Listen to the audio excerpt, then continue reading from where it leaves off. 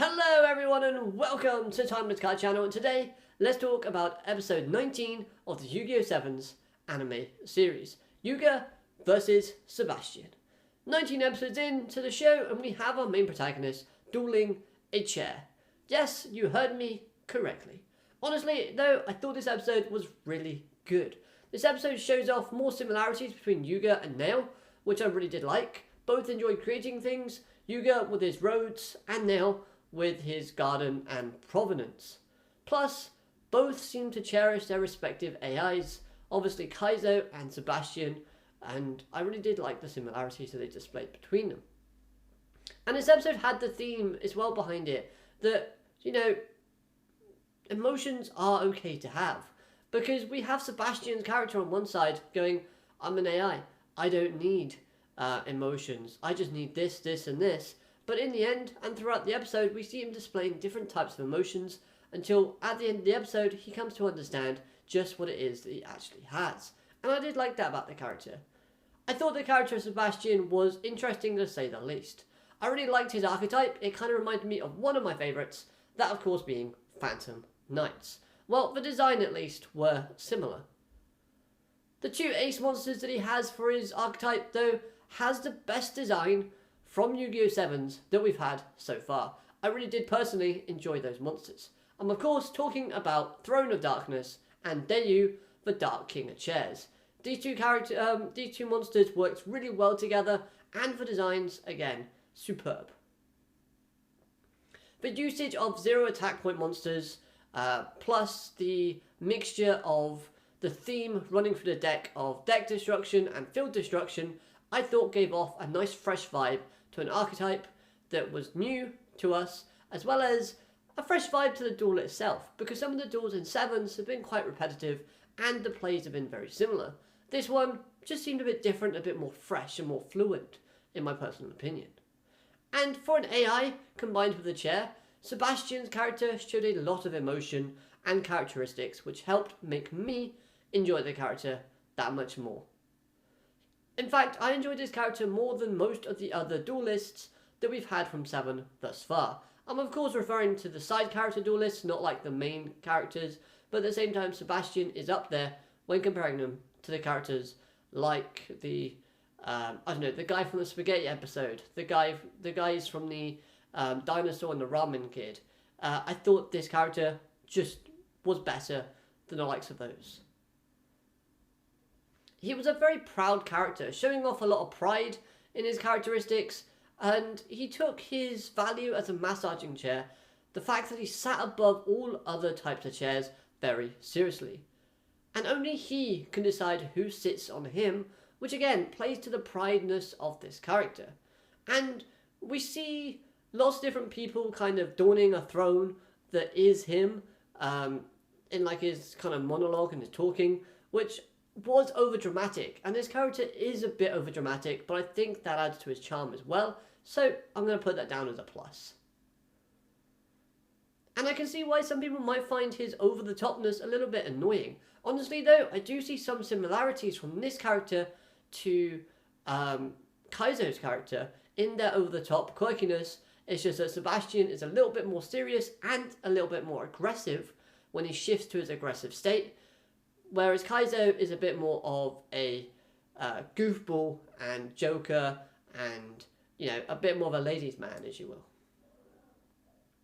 So seeing the shift and the mood kind of turn into a more aggressive situation towards the end, I thought was rather nice, as it kind of, again, plays to the whole personality that this character displayed, and all round just kept adding layers and layers and layers to a character that we might not see again in terms of dueling. But at the same time, we can see Nail sat upon his throne, which again is Sebastian, and go, yeah, he had a pretty decent solo episode. This character fits into the episode's theme in basically kind of expressing that all things have feelings and value. And we can tell that there was a slight theme of this running throughout the episode, because Yuga was saying that none of his roads are junk, they are precious treasures to him. And again, we have Neil at the end saying, no, you may have lost, but I don't want any other chair apart from you. And that, of course, shows that Nail has respect and value for Sebastian. So we saw Sebastian show off some different emotions, like I've explained throughout this video so far, and alternatively and ultimately, he realizes by the end and acknowledges the fact that he too might have an error, which of course is him basically stating that he has emotion and has value and need for it, which at the beginning of the episode, he basically just stated that he doesn't need it, and was kind of laughing at Kaizo for showing fear when Sebastian was like talking and stating that he was the one who in fact took over and stole Kaizo's data. I thought that was pretty decent and pretty cool. I like the fact that they dropped that, and hopefully we see some more interaction from Sebastian's character in the future. Maybe Kaizo versus Sebastian would be a cool duel to have. I don't know, but hey, hopefully the show doesn't show this character reclining. But I like what you did there, Sebastian, by saying how chairs have spun, because, you know, chairs spin around.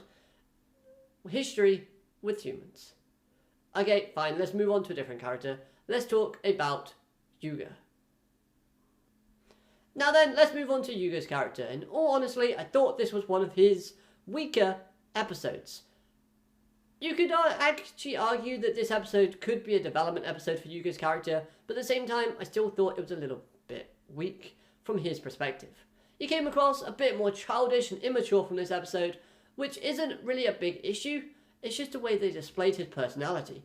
I kind of thought it was a step backwards for Yuga personally. We've always seen Yuga be this smart and collective character, and acting like he's really immature and the smartest guy in the room. But this episode, he just gave off a different vibe. The whole kind of placing Kaizo in the butt area at the end of the robot is just goofy, childish antics, which should be expected because they are still kids, but at the same time, it caught me off guard, especially when coming from Yuga's character. I personally find these childish, goofy antics more likely from Rook's character than Yuga's, and honestly, seeing it from Yuga's perspective, not my biggest fan.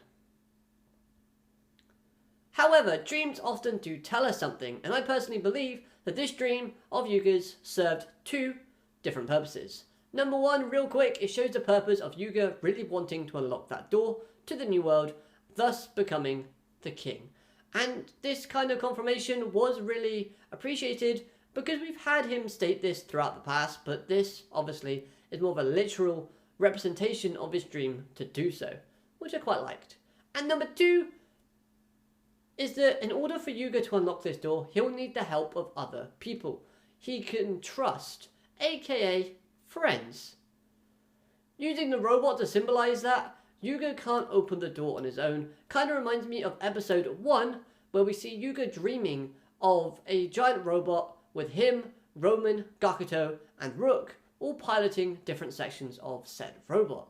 Of course, at that time, he didn't know who these characters were. They weren't like chummy with each other at that time. But at the same time, if we link that back to episode 1, we can presume that the same robot in this dream could have Rook, Roman, and Gakuto inside helping him. And honestly, if you try to make that connection and you try to believe that, honestly, Yu-Gi-Oh! Has the theme of having your friends support you towards your dreams as a common trope. So that really isn't out the realm of impossibility. I think, it does heavily symbolize that Yuga has to have people with him in order to open the door to the new world. The scene with Yuga knowing which seat Kaizo was quite nice and wholesome. It just then reinforces the fact that Yuga does in fact care about Kaizo, despite all of the jokes and phrases that he says and dishes out. I really liked seeing Roman kind of chime in at that scene as well, shouting that Kaizo isn't trash, because it helps link back to what I said in my last week's review about her truly liking Kaizo, despite kind of her reactions towards his jokes and phrases. So I thought that was quite nice, seeing Roman be quite vocal about the way she feels about Kaizo, and seemingly the only person that actually does like Kaizo from herself, Roman, said Roman twice, and Gakuto and Rook, I thought was kind of cool. The comedy was good. It wasn't really anything that special. Like, nothing made me laugh too much from the comedy point of view. I definitely thought that we've had better comedic episodes from this series, but the reaction that Roman gave off, while Yuga was kind of fanboying over Sebastian and calling him cool after he transformed, was kind of funny. I liked the face she gave off. And the group getting nervous or struggling to play along with the fact they like Kaizo in parts, I thought was fine. Again, nothing mind-blowing from comedy, but, you know, they were focusing more on a character, and I can appreciate that from that perspective. Overall, I really did like this episode, but I do think I preferred last week's episode just a little bit more. Nevertheless, this episode was really good, and I can't wait to see what next episode brings us, because it's a Mimi-focused episode, and that gets me excited. I really do like the character of Mimi, and hopefully we get to see some more development from her character sprinkled throughout that episode, showing us more how she's going to interact with the main cast moving forward. So that I'm excited for. Let's see it happen. Anyways, let me know your thoughts down in the comment section below on this episode. Did you enjoy it? And if there's anything that I've missed, then please let me know down in there as well, and we'll have a good conversation about it.